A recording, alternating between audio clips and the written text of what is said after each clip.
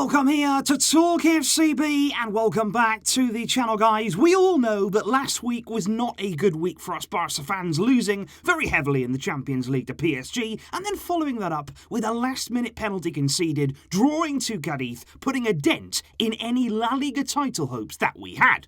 But coming up in today's video, we are having some fun because you know what? I'm just tired of being down, being frustrated, being angry. So what we're going to do, we are going to be putting a comical spin on the events of yesterday's game because let's face it, if we don't laugh about it, we will cry.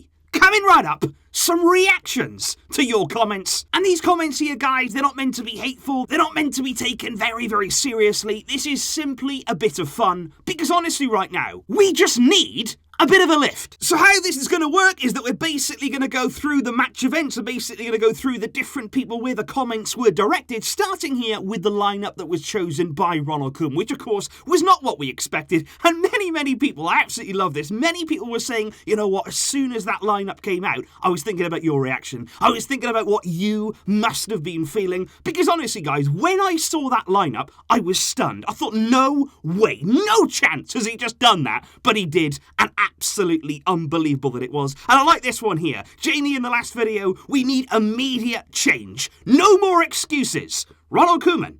So I took that personally, and that seems like exactly what he did. What we discussed before the game, he looked at that and he thought, okay, I'm going to do the absolute opposite. Couldn't have been further than what we wanted. And I also saw that many people in the comments, after of course we spoke before the game, when so many people had voted, you know what, I just don't care right now. Many people actually saw the lineup and then made the intelligent decision to go back to sleep. Many people there woke up, they saw that lineup, and they thought, you know what, I am going back to sleep. I am not watching this for a single second more. And fair play, you know what? At the end of the day, guys, you've got to do what makes you happy. Because right now, if sitting through a game like that, if becoming frustrated, becoming sad, if that's going to get you down, just don't do it. At the end of the day, it's football. There is much more bigger things right now going on in everyday life. So please just do what makes you happy and don't get dragged down by all this. That's why I did want to make this video today. And I did like this comment as well. Koeman wanted to tell the players that lost to PSG that he believes in them. And he decided not to punish them. And when you don't punish the players, they'll punish you. That is exactly what happened. Maybe Koeman gave them a second chance. Maybe he was saying there, you know what, go out and prove to me that you can do it. But that in itself was naive. These players are not capable of doing that anymore. And that was where the problem lies for Koeman selecting the same team. And this right here was a really good one. Koeman is like the girl who's always sending you mixed signals. And that is honestly so true. Because don't get me wrong, I would love Koeman to succeed. I want him to do well. He's a Barcelona legend as a player. But at the same time, it's like he just keeps smacking us back down. He keeps saying, no, you know what? I'm not going to make you happy. I'm not going to make the right calls. I'm going to do this, and this. And it is continually frustrating for us Barca fans. And there was a good point here made. The fact that Koeman is a legend in defence is disappointing. Because the weakest part of his team, where is it? It's defence, and that is very hard to believe. Koeman, as a player, was a wonderful defender, absolutely brilliant in a Barcelona team, so he should know how to set up a defence. He should know the organisation that we need to have, yet somehow we still fall down in that area, and maybe, you know what, maybe Ronald Koeman should say, okay guys, you've had your chance,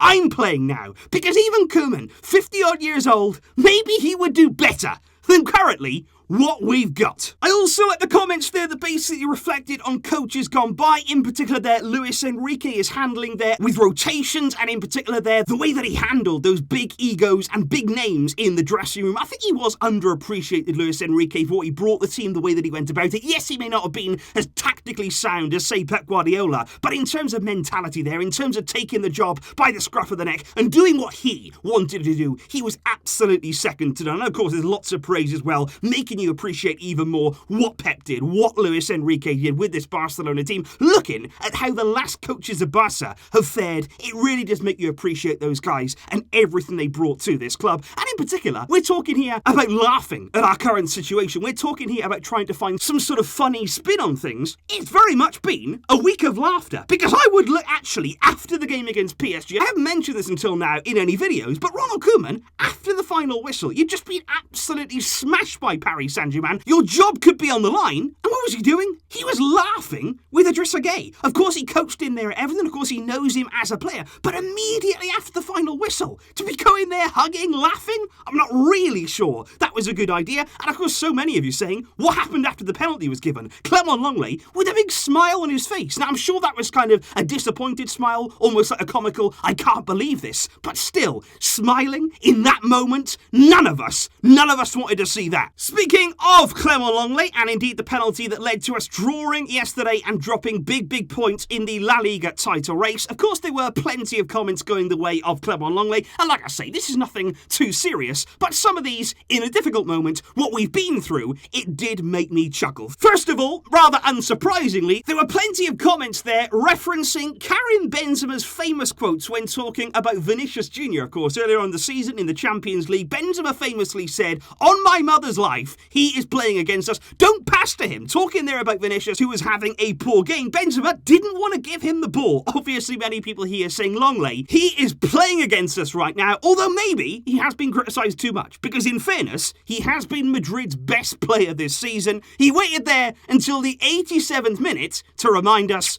who he is. And this one in particular was pretty savage. If I had Lenglet in my FIFA squad, I would quick sell him for 0 coins. And then I would go to the quick sell recovery, get him back, and quick sell him again. But this one was actually one of my favourite. They said actually they want to thank Clement Lenglet because it's given us all some hope that one day you, yes you, can play for Barcelona. And the reason that I like this one is because then when I went further down the comments, I found this. I play centre-back myself and I could literally do a better job than Lenglet, and I'm not even saying that. So there you go, Barcelona. Don't say that we haven't helped you out with signing. Don't say that you don't have a good scouting network. There's a centre-back there. He's good quality. Go and sign him up, see what he can do. And of course, there was particular emphasis on Riqui Puig, who came on as a sub, and again you saw that brilliant smile, and it's infectious when he comes on. He just brings the place to life. The smile that Puig had on his face when he came on was priceless. This kid could be the backbone of this Barca team if he gets the chance. And look there, Riqui Puig in just 15 minutes, he nearly scored, he nearly assisted Messi, nearly assisted Piqué, he had successful tackles, he had successful dribbles, he showed everybody how to do high pressing, and that's absolutely right. What more do you want from a midfield player? Coming on there, the impact that he had, every single game he has to go and sit on the bench, he has to rely on cameos there of 15-20 minutes to make his impact, but every single time he adds something. He adds something to a team that in general is slow, lifeless at times, lack of energy. He brings the X factor. He has to play more. But for me, the most remarkable thing that happened this weekend, it didn't relate there to Barca. It didn't relate to what happened in midweek. It was the result that Paris Saint-Germain had